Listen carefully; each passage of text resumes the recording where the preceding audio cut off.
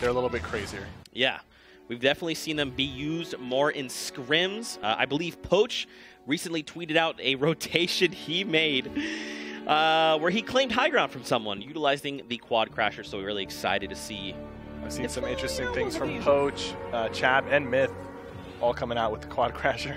Oh man, there's been some great plays, but here we go. Starting off the bus with a reverse 2K.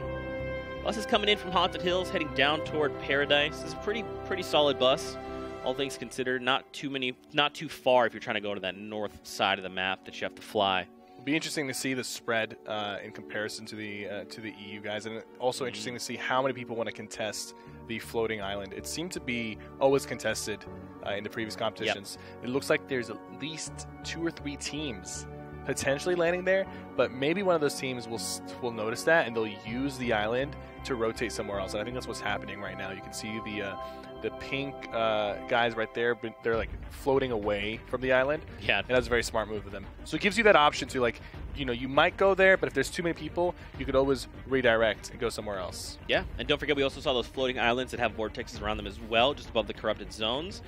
So you can actually utilize the floating island to rotate one of those and then go even farther. So a lot of opportunities here. Right off the bat, Nick Merckx. I have never seen Nick Merckx outside of Tilted Towers. Now look who's on the end of the barrel here. It's Ghost Aiden. I mean, this is a rivalry of the century. He's got such a good loadout too. Wait, is Aiden partnered with Nick Merckx? No, he is not. He is paired with Ambrew Games. And Ambrew goes down. It's going to be a 1v2 with Aiden and Nick Merckx. They must have agreed to, like, maybe meet here, because both of these guys outside of Tilted is such a rare sighting, and Aiden just won't leave Nick alone. Let's see if Aiden can make it out of this alive. He only has a pistol and a green tack, so it's not looking too good. I won't be surprised if he tries to just leave, exiting out of the back and floating away. Just use the vortex to disengage.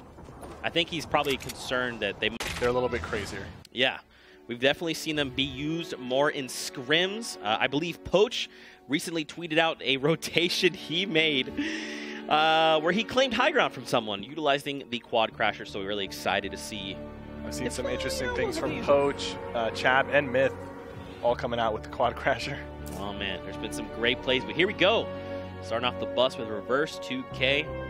Bus is coming in from Haunted Hills, heading down toward Paradise. This is a pretty solid bus, all things considered. Not too far if you're trying to go to that north side of the map that you have to fly. It'll be interesting to see the spread in comparison to the EU guys, and also interesting to see how many people want to contest the floating island. It seemed to be always contested in the previous competitions. Yep. It looks like there's at least 2 or 3 teams potentially landing there, but maybe one of those teams will notice that and they'll use the island to rotate somewhere else. And I think that's what's happening right now. You can see the pink guys right there, but they're like floating away from the island. Yeah, and that's a very smart move of them. So it gives you that option to, like, you know, you might go there, but if there's too many people, you could always redirect and go somewhere else. Yeah, and don't forget we also saw those floating islands that have vortexes around them as well, just above the corrupted zones.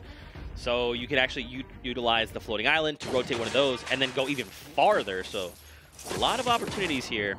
Right off the bat, Nick Merckx. I have never seen Nick Merckx outside of Tilted Towers. Now look who's on the end of the barrel here. It's Ghost Aiden. I mean, this is a rivalry of the century. He's got such a good loadout too. Wait, is Aiden partnered with Nick Merckx? No, he is not. He is paired with Ambrew Games. And Ambrew goes down. It's going to be a 1v2 with Aiden and Nick Merckx.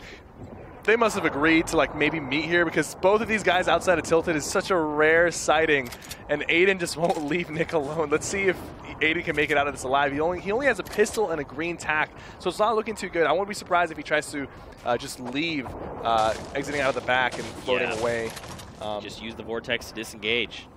I think he's probably concerned that they might try to, like, press on him since it's just him. There seems to be a chest still here. Nick Merckx is now on the roof. He's breaking down. They will meet each other here very shortly. Aiden's going to retreat. He does not have a lot to his name. 40 wood. He can only build 4 pieces before he's out. Nick Merckx, on the other hand, the compact SMG, green tack, and a assault rifle. It's looking okay for right now.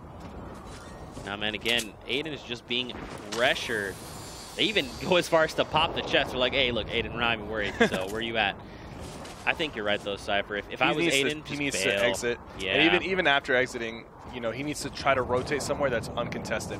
But Aiden is, you know, he's confident, and he's always played confident. So he's, you know, even with a pistol and a green tack, you got to be careful with this guy. He's very accurate, and he can take you out in two hits with the green tack. He'll take you out. That's a great point. He's being pressured right now. He's got his green tack out. He's looking for the play. But it's just not enough. Hysteria and Nick Merckx both are very experienced players. They were just not going to let that happen. He didn't have the comeback potential, and that was just a little bit unfortunate. Nick Merckx getting revenge on Aiden. Let's see how that goes for the rest of the matches. We got a fight in the Dusty Divot Diner. Great shot from Kenneth, the heavy shotgun. He does not have a lot of health left, but he has some bandages. Will he stop to pop them? It seems like his partner is down, so he might be going for the revive.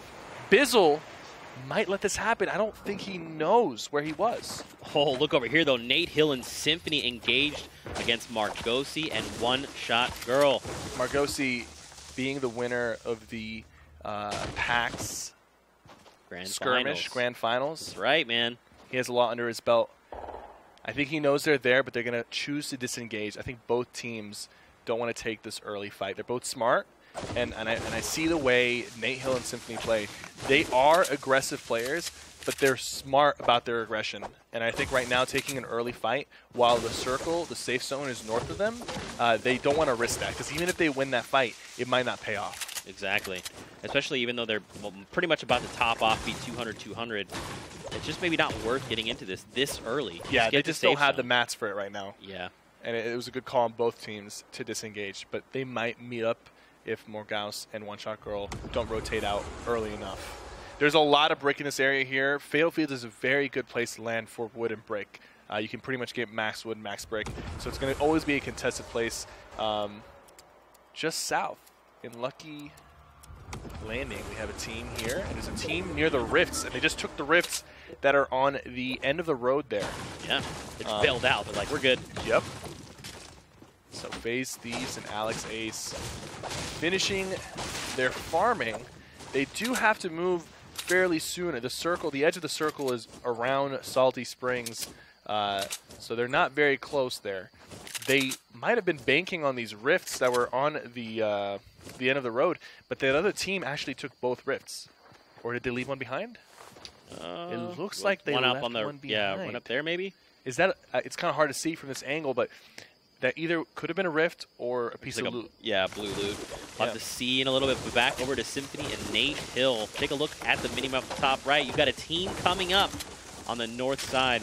Don't forget, Margosi and One Shot Girl are not that far behind. It's high distortion in phase yellow. Okay. That is a force right there. Yeah. You gotta be careful with those Listen, guys. HD, man. Oh, calm down, please. Not like this. I don't think they know of each other just yet. And it looks like they're going in opposite directions, so they might not meet up, but they might see each other here soon because it's a pretty open area. Cowboy and Kasid holding it down in the corrupted zone.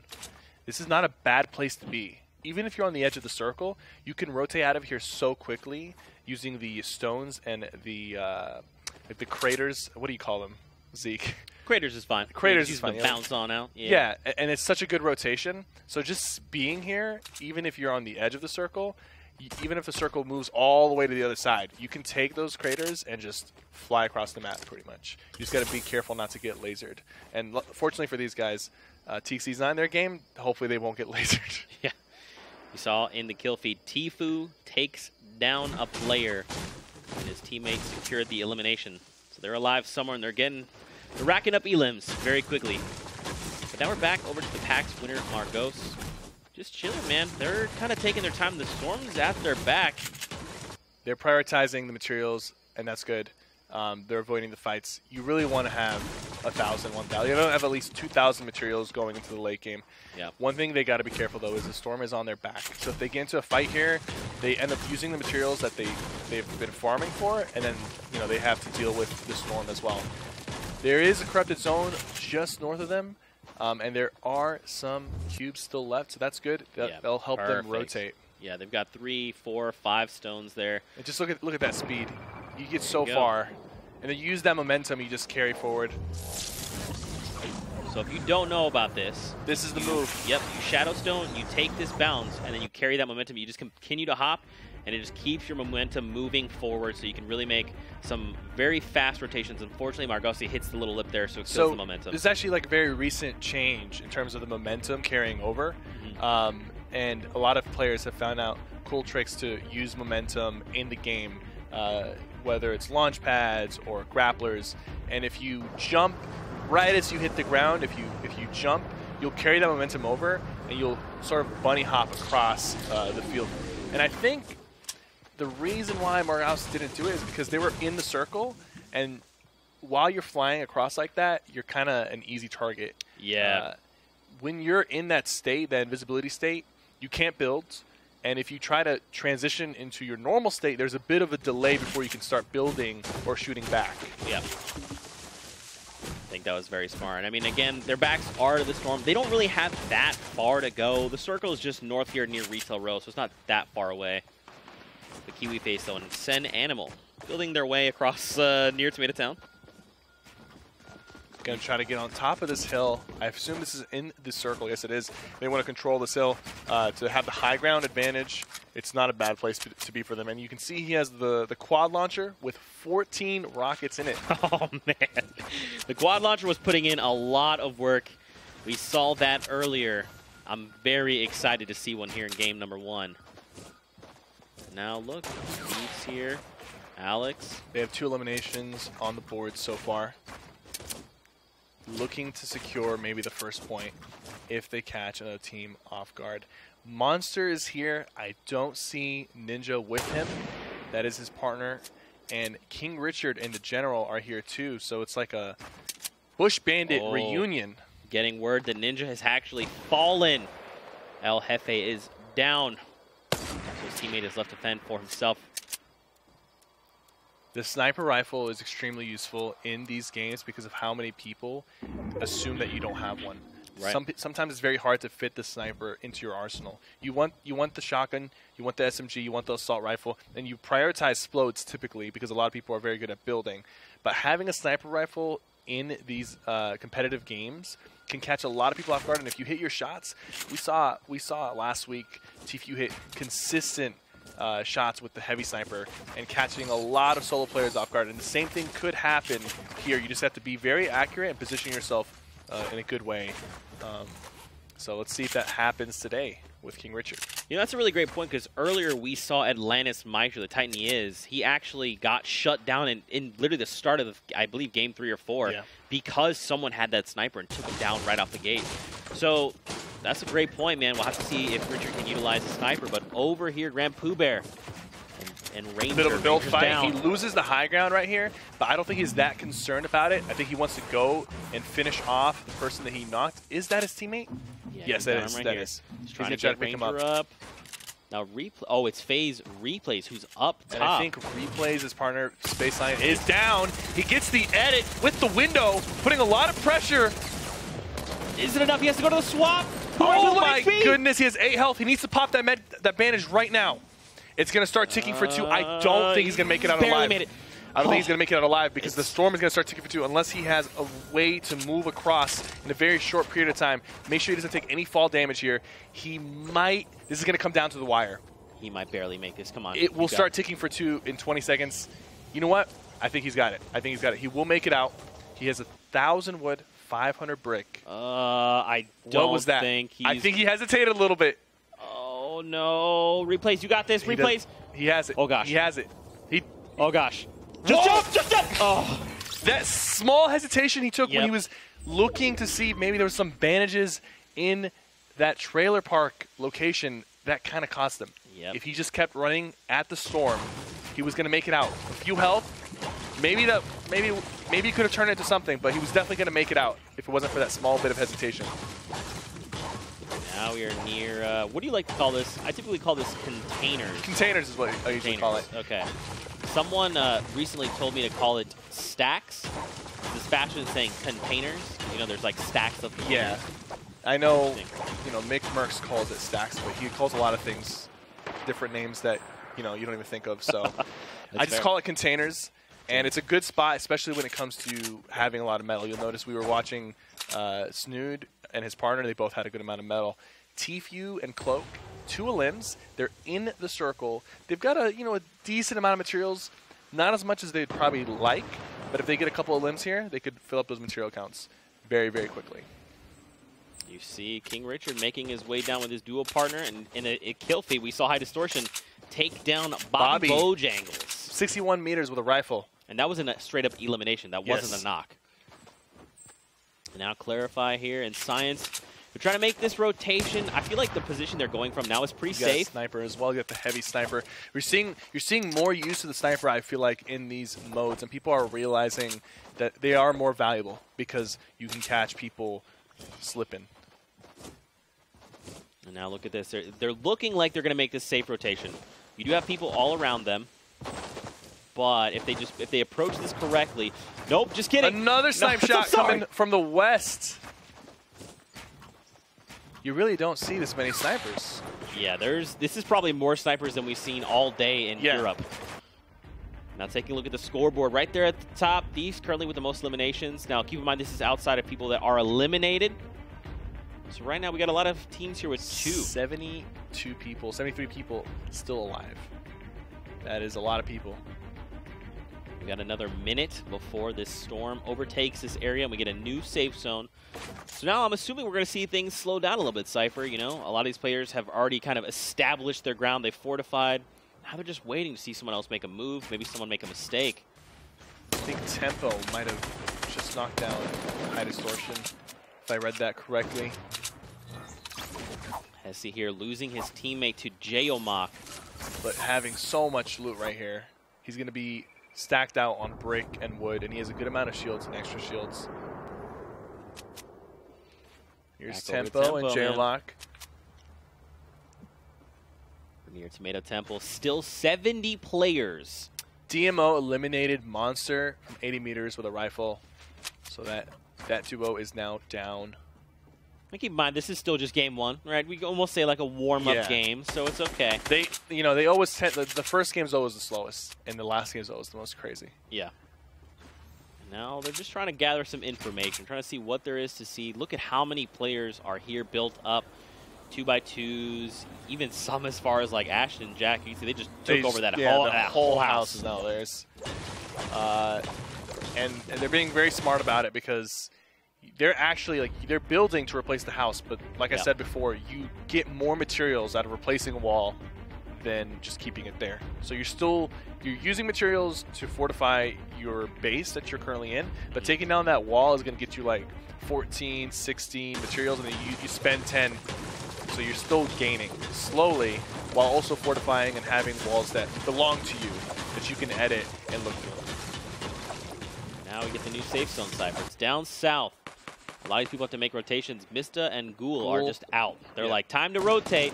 You'll notice a lot of really good players, especially like Ghost Ghoul, they like to make the early rotation so they don't get caught with the storm. They don't want to risk that. Nate Hill and Symphony, I think they secured an elim there. They secured an elim. They might be looking for his partner, or the person might have instantly gone down. There is another team near the diner on the other side of them. Parallax and Kenneth are still alive. Oh, man. Last time we checked on them, they were at the diner, and Parallax was down, and they're still there. So my assumption, if they have not eliminated a lot of people, is they're kind of low on resources. Yeah. Because being in the same place for that long, you can't really capitalize off of looting or farming. There's not really a lot of materials to get from the diner anyways. We see one shot girl Margossi here engaged with Strafe and his dual partner. And man, they're just trying to make this rotation. Storm's coming in though. They need to start moving on along.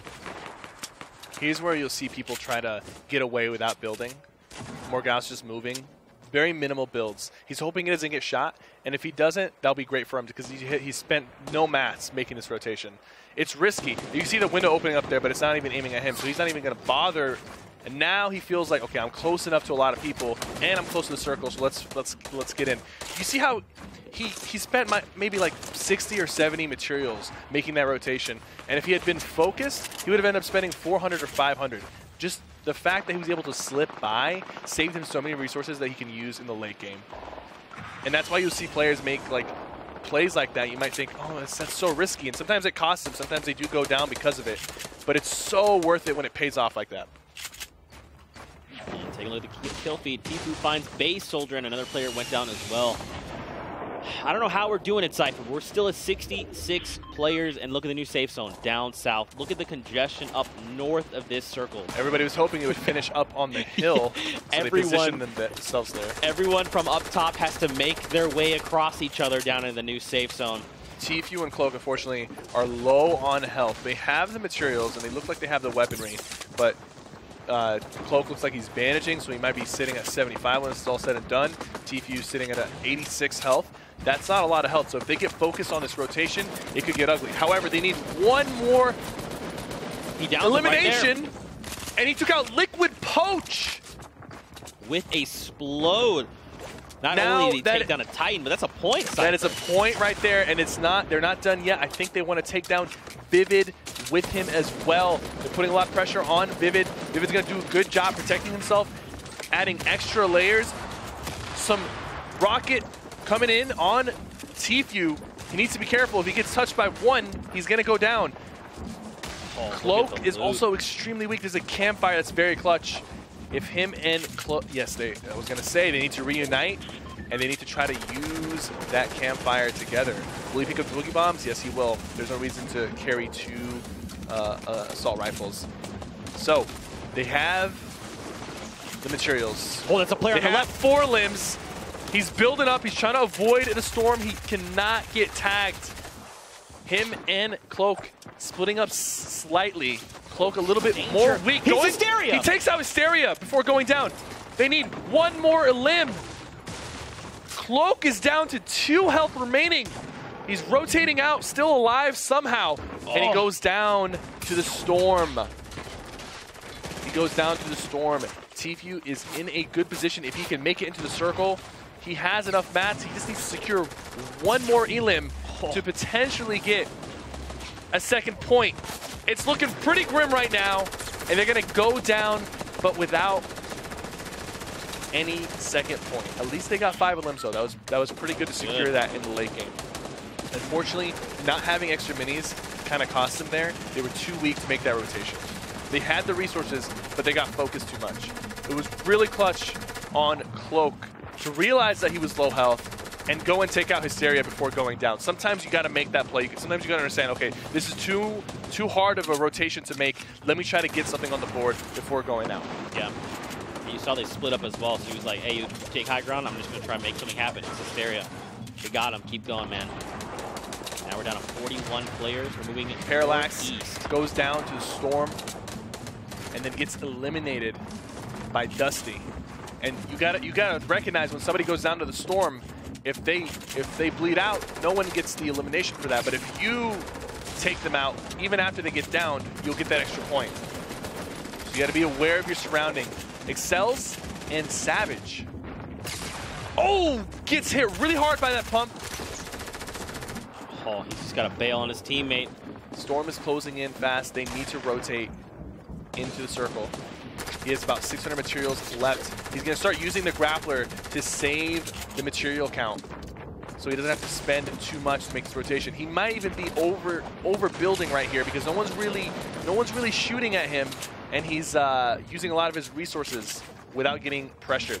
Guys, you gotta go. What are you doing? Oh no! Oh, they got caught up in the storm. And I believe I saw on the kill feed earlier, Nate Hill went down to envy Lenane and Sketch. I believe Sketch got the knock and Lenane got the secure. We're down to still 30 still people. A lot of people alive. I think some of these guys need to realize that the elimination incentive is what's going to win you this tournament. And it's what's going to secure you the cash prize. If you can go out and get 10, 11 eliminations, that's how you're going to win this thing. So we're going to see some more aggression, hopefully coming from these guys in the next few games. Now we have to go onto this mountain right now. That stink grenade really stinged him a little bit. He's lost so much health as a result. He's down to his last 30 health.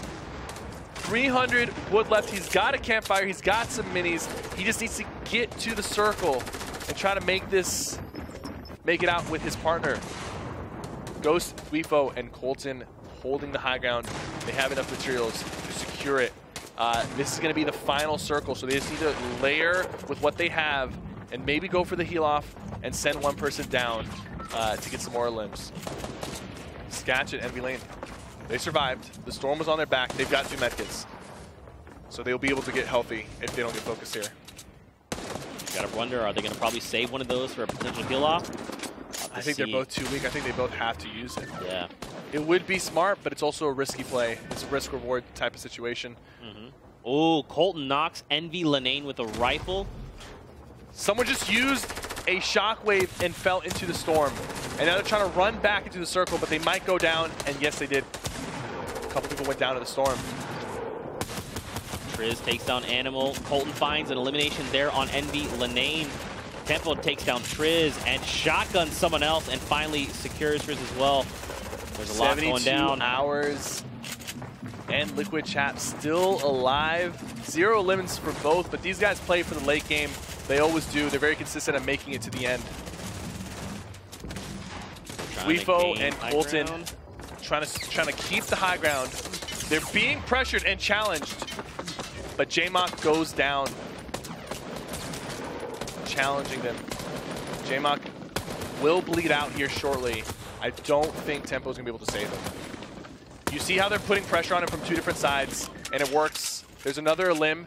That is 5 limbs for Weefo and Colton. They need 1 more to secure a second point. Everyone alive right now has secured a point at least for being in the top 5. So you got to feel good about that. Now it's just time to see if you can secure top 3, maybe a Victory Royale, or maybe more limbs. Someone just used a shockwave grenade and got knocked by the storm. That was Liquid Chap.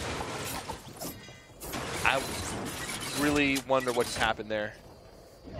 Colton is going to go down and try to find people who are trying to heal. It seems like he can't really find anybody. It was a good attempt, but it did not pay off. Weefo is going for the medkit heal. He should be able to get it off, but the question is, will somebody else out heal him? 2 players have gone down. He must have mistimed his heal. Colton, it's down to 1v1. 72 hours gone. It's Tempo that secures that win. Wow. I was not expecting game 1 to go down that way. And we're going to see it happen again in the NA scene. Yep. Game 2 coming right up, guys. Let's see how this battle bus is shaping out to be. Here we go, ladies and gentlemen. Hopefully all the players thank the bus driver for working tirelessly, but now we are hopping into game number 2 on the North American scene. I don't really thank the bus driver, to be honest with you. What? I don't. I always forget. All right. It's not that big of a deal, right? Look, I'm just saying, if someone's working tirelessly, you just want to give them a thank. Look at all those thank yous. Space Lion did it. Must be. He's dropping them to their death, so like, I don't know if I should be thanking him. All right. I'll give you that. That's fair. Okay. But here we go, seeing out the new bus. It's a low bus as far as the map goes, so players are going to have to go a little longer, stretch a little farther to get to that north half. Now, what I'm curious of, we kind of saw a little bit in Europe, was some players, some duos specifically, swapped up their landings. Yeah. So we'll have to see if how that develops over the course of NA. We're looking Tilted Towers. So my first question would be, those duos on top of Floating Island, is that Nick Mercs? Is that Aiden? It might be. I think they're going out. They're going after each other, and they decided to pick a more neutral ground because Tilted seemed to be Aiden's favorite location. Yeah. One thing I want to mention is they are actually here, and Hysteria is very weak right now underneath. Or he's on top. I can't see where Hysteria is. Let's take a look. So I believe, yeah, he's just on the other side down a little lift there. He's popping a med kit. He should be able to get the heal off. But they're putting pressure on Nick Mercs. Aiden is very weak. Hysteria They have not thirsted help Nick Mercs yet, and they just did. Hysteria might be able to clutch this if he hits Aiden first, but they send Ambrew initially. He did take him out, so that was well played on Hysteria. 1 for 1, all right? So 1 for 1. Nick Merckx took out Aiden the first time. Now Aiden's gonna bounce back a little bit, and I think these guys are just gonna land here for the rest of the tournament. One thing I want to mention really quickly that we haven't talked about is the battle bus is actually moving 25% faster. Oh. So these late game drops, they're not as bad because you'll get there quicker. Yep. So by the time you touch down, you won't be as behind compared to people who jump off right in the beginning. It's a good change. I think a lot of people like that. Flush Factory. I've never landed here before. Really? I mean, I've only landed here maybe for a challenge. Okay. Yeah, Flush Factory is pretty good. Loot's pretty solid. It is on the corner of the map there, but Aspect and Zayt have landed here as well. They're Looking going to to control challenge. the high ground. Yeah, man, this is a tough spot. The circle is not that far. It's up by shifty shafts, so they really don't have too far to rotate. But it's Aspect and Zayt. Going up against Nick A30. This is going to be a tough one on both sides, but look, I believe Colton. Nick A30 took the high ground and put a lot of pressure on Aspect, doing some serious damage. He knows he's one shot because he hit him twice with the silenced legendary assault rifle. He now has the low ground and he took a lot of damage. They very quickly respond. Say, yes. Nick, stop it. Nick A30's partner, Bewitching Gamer, needs to come in and help him out because he just got knocked. Will he be able to capitalize? Nope. Now it's a 2v1 situation, and what's probably going to happen is they're going to play it smart. Zayt is going to protect Aspect as he bandages. There's no reason to rush the situation. Bewitching Gamer seems to be staying. He might have had a chance to rotate out, but he decided to stay, and I think that might be a little bit of a mistake. Yeah. Considering it's a 2v1, you don't have shields, and it doesn't look like he has the best weapons. Just a gray SMG. Yeah, so I think he should have tried to maybe leave. I just don't see this going in his favor. Zayt and Aspect are two insanely good players, and they're going to be very calculated about this. Even though it's a 2v1, they're playing very safe, and they're attacking him from different sides.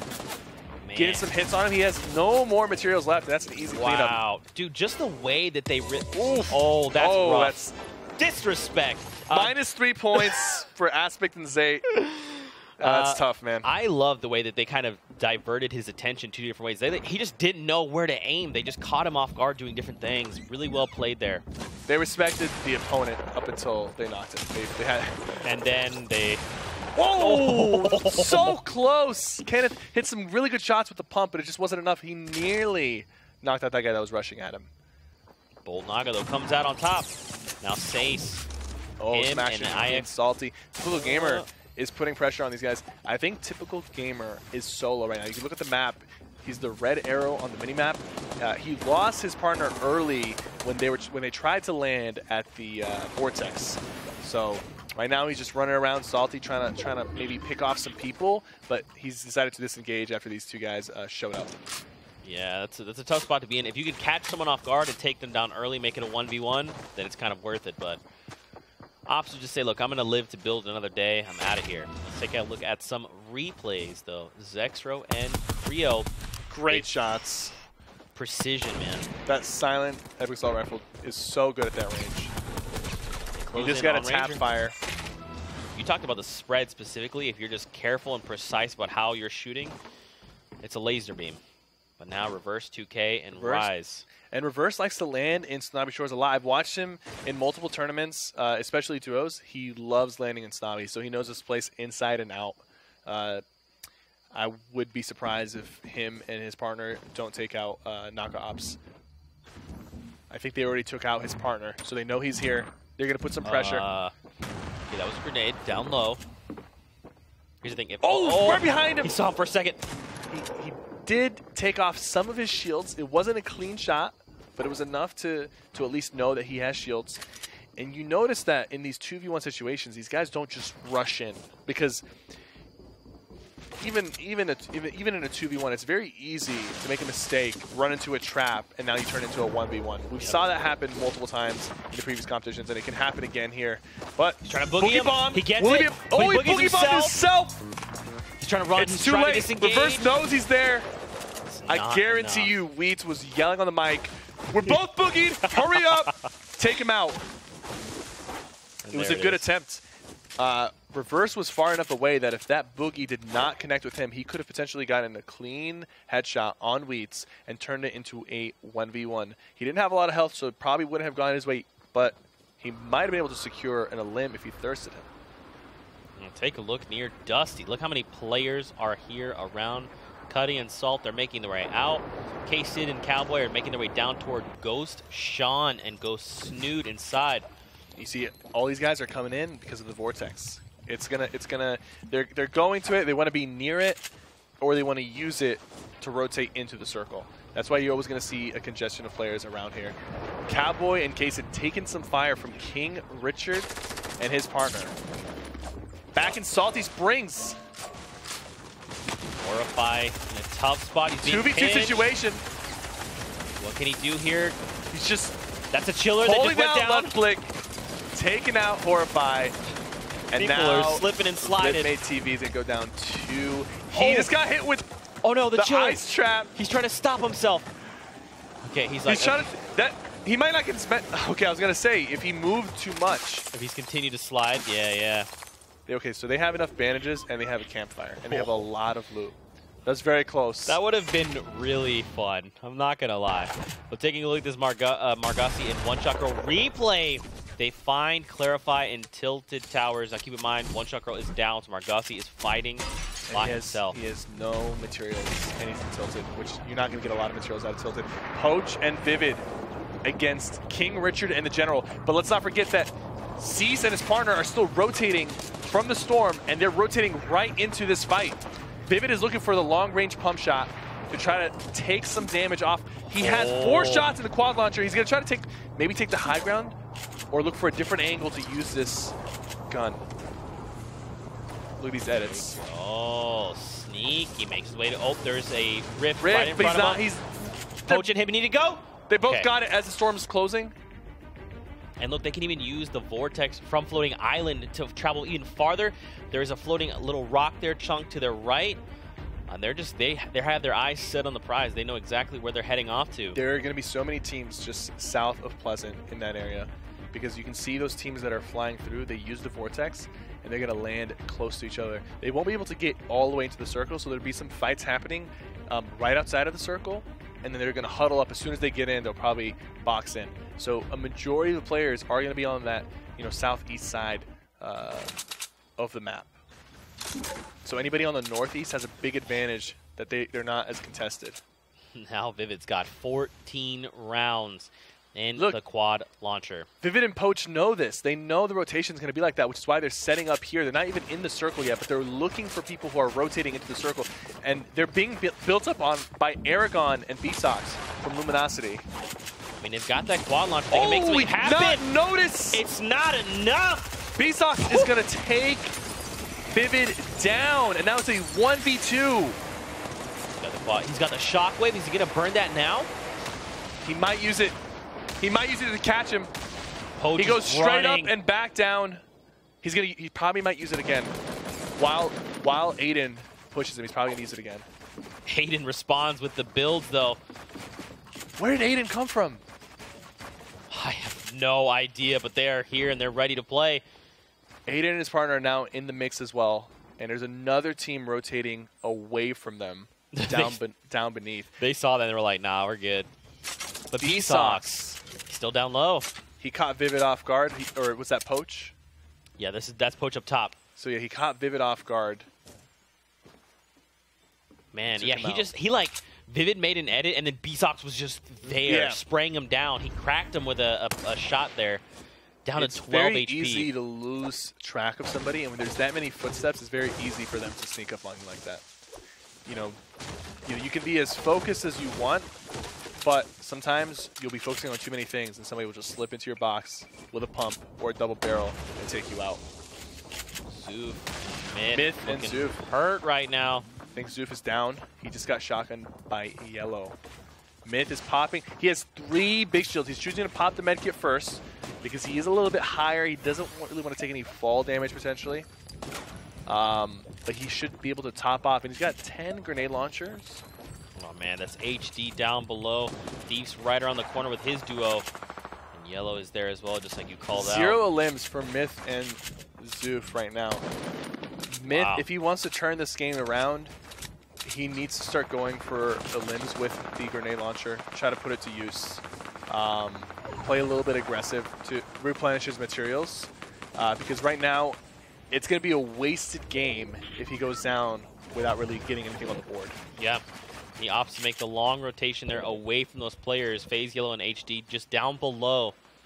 Now he does have a little bit of an angle. Like you're saying, he could use that grenade launcher. There we go. The grenade launcher's coming in. 2. They're rotating away. Now they're getting shot in the back. And he's still throwing grenade launchers at them. Now they're getting pinched with grenade launchers and stink bombs. High Distortion is not very happy right now with this. Oh, man. Myth is still trying to bounce those grenades.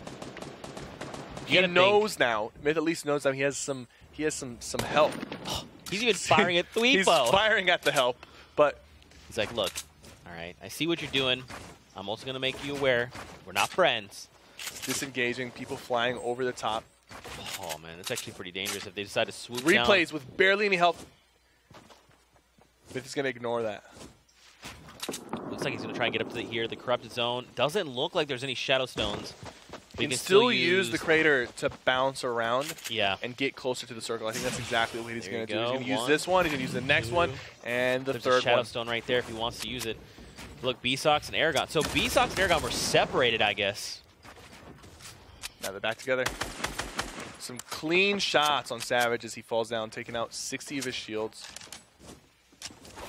I mean, the loadout's looking real good. AR, double barrel, grappler, really minis. Good close range, yeah. Not a lot of mats. The grappler is going to help him tremendously in that late game rotation. Finally, we see some teams putting some numbers on the board. 4 limbs for Knights, Zexro, and Creo, and 4 limbs from Margaus himself. 3 from Daquan and his partner, Nox the Fox.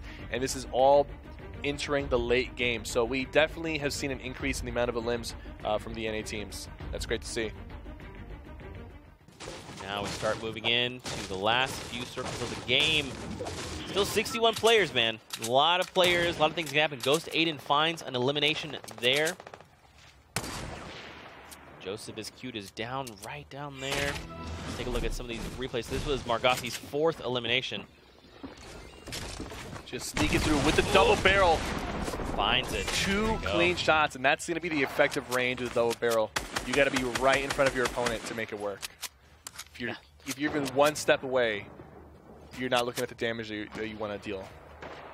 And it poached just right here in front of you. Margosi's probably does not want, that's not the guy you want to be gatekeeping you right now. It's not poached. It could be anyone else. Tifu and Cloak up top as well. Margaus has a really good amount of materials because of the limbs that he's acquired. So I think he's fine on the rotations. He needs to be careful not to get lasered. Tifu and Cloak, you can tell their playstyle. They typically like to hold that high ground kind of 1-by-1. And Tifu has the sniper rifle in his hand. You got to be careful on these rotations. I don't think they know he has a sniper rifle, but if they do, they got to be extra cautious. He's going to drop down because they shot a couple rocket launchers at them. And he's going to top off his shield. They're looking a lot better this time around in terms of loot. Last game, they both were missing shields. They had materials, but they just didn't have enough health, and it kind of ruined their rotation. But now they're looking a little better. Still 0 limbs, so they spent most of the time just farming and looting, and hopefully it's going to pay off for them. I'm loving the loadout, man. 3-2 split, 3 weapons, 2 utility items, 6 stink bombs. And they've got a Rift to go. Oh, man, so they'll make an easy rotation out of here. Even though there's still 57 people alive, Tifu and Cloak are definitely happy about the position they're in. The circle is finishing up near the hill. You got to be careful here. I don't know if they're going to choose to rift or if they're going to rotate manually. I think they are going to rift, yeah. So he's getting ready to use the rift and then pick up the med kit. That way he can still have an inventory slot. If you use it right as it's about to go off, you'll be able to do that. Look at that on the right. Shots coming in from Baldy and his partner. They're going to land right next to them and just take that low ground. The only thing about the low ground here is Tifu won't be able to utilize his heavy sniper as much as he would like to, but he can still edit windows out from the side here and shoot down at people that are beneath him. Or he might go for this crazy play and try to... Can you imagine? Oh, he's got the stink bombs as He does well. have the stink bombs, but they've built out a little bit further away. And I think he's trying to wait to see if he can locate where they are exactly. The stink bomb is going to force them to move, and he's probably hoping that they either drop or start building in a way where they could potentially take the high ground from them. Because I know they want to take it. They definitely want to utilize Tfue Sniper. I think he saw some of the tracers, so he knows roughly where they are. Now he's just going to, like you're saying, look down below, see what there is to see. I mean, and that's the thing, man, is Tfue likes to build spaceships. So you got like the 2x1 with the roof corner pieces from top and bottom. He's on low ground. He can't really do that right now. Spaceline and replays putting some pressure on this opponent. Nearly has him down. I'm pretty sure he just lost to the storm. Liquid Poach goes down, and they're going to miss that elimination, which would have put them one step closer to getting that second point. They have 4 right now. That is so unfortunate that the storm stole their kill. Replays is kind of healthy, has extra minis. Once him and Spaceline link up, he'll probably drop him 2 of his minis. Spaceline needs to just make sure he doesn't get shot once. If he gets shot once, it's gonna he's gonna go down. That is so unfortunate. They hit him really hard, and the storm just came in right after. I believe it ticked twice, and then that was pretty much it. Yeah. Yep. Look up top, man. Animal, Kiwi Face, Action, and there's a team check. right below them, and they're hanging off. And they have to make the longest rotation. Look at the circle right now. Oh, man, I don't know how I feel about this. I'm glad they're getting down. Yeah, they should be able to get down here. But they got to be careful because the other team looks like they're rotating later. But look, they're rotating very early with 40 people left. And that can be beneficial, but it also can be bad. Because rotating late, everyone's rotating, so it's easier to slip by. But they could also get focused really hard. You see the player on the left there. The tricky part, Cypher, is that they have to make the rotations up on top of the mountain. Man, these mountain tough to do, finishes man. are so tough. If you don't have the resources or the utility for it, you end up going down so easily. They put that trap down to prevent the other team from hopping down on them, and they're holding down their shotguns and SMGs. Both teams are trading fire. It looks like he wants to make an aggressive play because they did have a favorable turnout in that exchange. Night Zero and Creo, they're going to put their own pyramid down. Ooh, wall goes down. They might try to go from underneath and try to knock him down from underneath. I'm not entirely sure. Yeah, and he places the trap. He's like, no, I'm going to drop you down on here. Come on down. And they're in the circle, so these traps, they could potentially come into play even later, you know? They could rotate away from here, and someone could be running by and walk right into their trap. There's the floor there. 45 players remain in the lobby. A lot of them struggling to make the climb up the mountain. You can see some people making that really late transition to the mountain, and they're fighting each other while doing it too. And right now we just see 4 eliminations, the highest across the scoreboard. Elims spread out across the way. Daquan and Noxafox with 4 limbs as well now. And now, man, this is where things are going to get really scary, right? We're finally going to get safe on top of this mountain. It's gonna go off the mountain. Yeah, and that's when things are going to get very crazy. Look at that. Nate Look Hill, how far away. Ninja just knocked out LG B-Sox and eliminated him with the SMG, so he thirsted him. B-Sox now down. Lane takes out replays as well. Ninja and Monster with 2 limbs currently. Nate Hill and There's CP a up lot top. of potential here. Somebody could pop off. Aragon goes down. Morgauss with 5 limbs on his own. The champion of PAX West coming out. Oh, the grenade launcher. Nearly taking him out. He's panicking a little bit. He needs to get out of here. The storm is going to eat him alive if he doesn't. Oh, it might be too late. No, wait. Did he? 3 HP. 3 HP. He needs to go. He can do this. Grappler, no! They're so close. I feel so bad. He needed 1 more limb to secure that second point. That grenade launcher just ruined his day. Putting in so much work by himself. But now, look at this, man. We're thinning out the lobby. We're down to 30 players. Creo and Zexro